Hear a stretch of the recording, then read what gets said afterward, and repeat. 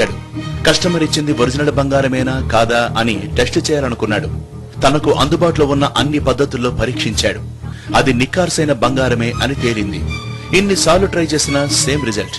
మరి మేలిమి బంగారం అయితే కరగాలి కదా, కరగలేదంటే ఇందులో ఏదో తేడా ఉందని ఓ అంచనాకు వచ్చాడు. కానీ ఆ తేడా ఏంటో అతనికి అంతు చిక్కలేదు.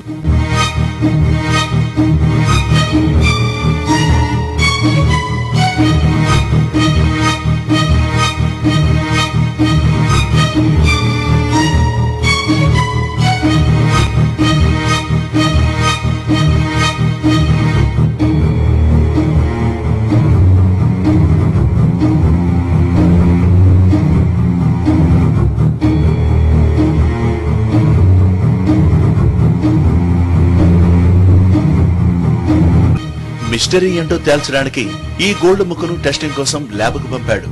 అనుమానం కరెక్టే అయింది. ఆ బంగారంలో 10% కల్తీ ఉంది. కల్తీ అంటే ఏ రాగినో ఎత్తడినో కలపలేదు. ఆ 10%లో 9.87% ఇరీడియం కలిసి ఉందని తేలింది. అది కరుగుతుంటే కరగట్లేదు, కరిగిస్తుంటే కరగట్లేదు. అది అట్లా సుంతలాగా ఉండిపోయింది. దానివల్ల అనుమానం వచ్చి దీంట్లో టెస్టింగ్ పెడితే దాంట్లో ఇరీడియం ఉందని తేలింది. దాంట్లో 9.87 ఉందండి. సుమారు వచ్చి 10 గ్రాములంటే సుమారు 17,000 దాకా నష్టం వచ్చింది. బంగారాన్ని కల్తీ చేయడం అనేది కొత్త కాదు. నిజానికి ఏ నగలోనూ 100% ప్యూర్ గోల్డ్ ఉండదు. అంతో ఇంతో కాపర్ కలుపుతారు. ఇది అందరికీ తెలిసిన విషయమే. అయితే కాస్త జాగ్రత్తగా పరిశీలిస్తే రాగి కలిసిన బంగారాన్ని సామాన్యులు సైతం గుర్తుపట్టగలరు. కాపర్ కలిస్తే లైట్ గా బంగారం రంగులో తేడా కనిపిస్తుంది. కాపర్ వల్ల ఆరోగ్యానికి వచ్చే నష్టం లేదు. కానీ ఇరీడియం అలా కాదు. దాని రేడియేషన్ పవర్ ఎక్కువ. సో ఇరీడియం కలిసిన బంగారు నగల్ని ధరిస్తే క్యాన్సర్ వచ్చే అవకాశాలు ఎక్కువని డాక్టర్లు హెచ్చరిస్తున్నారు. ఇరీడియం 192 కనుక పొరపాటున కూడా మిక్స్ అయినట్లయితే మాత్రం దాని వల్ల సైడ్ ఎఫెక్ట్స్ అనేది డెర్మటైటిస్, స్కిన్ ప్రాబ్లమ్స్, తర్వాత లాంగ్ టర్మ్ యూసేజ్ ఎక్కువ కాలం 10-15 ఏళ్ళు కనుక దీనికి ఎక్స్పోజ్ అయినట్లయితే ఇరీడియం 192కి దాని వలన లో డోస్ రేడియేషన్ బాడీలో రావడం వలన క్యాన్సర్స్ అవి వచ్చే అవకాశం, ఎస్పెషల్లీ లుకీమియాస్ లేకపోతే లింఫోమాస్ అనే క్యాన్సర్స్ అలా రావచ్చు.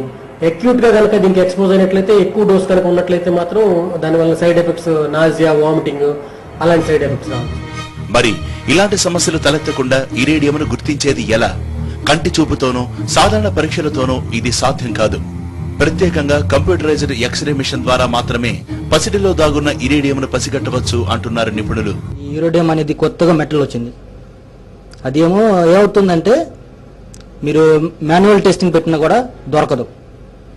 99కి 99 చూపిస్తుంది. మీరు బిస్కెట్లో కలిపినా కూడా అది బయట పడదు.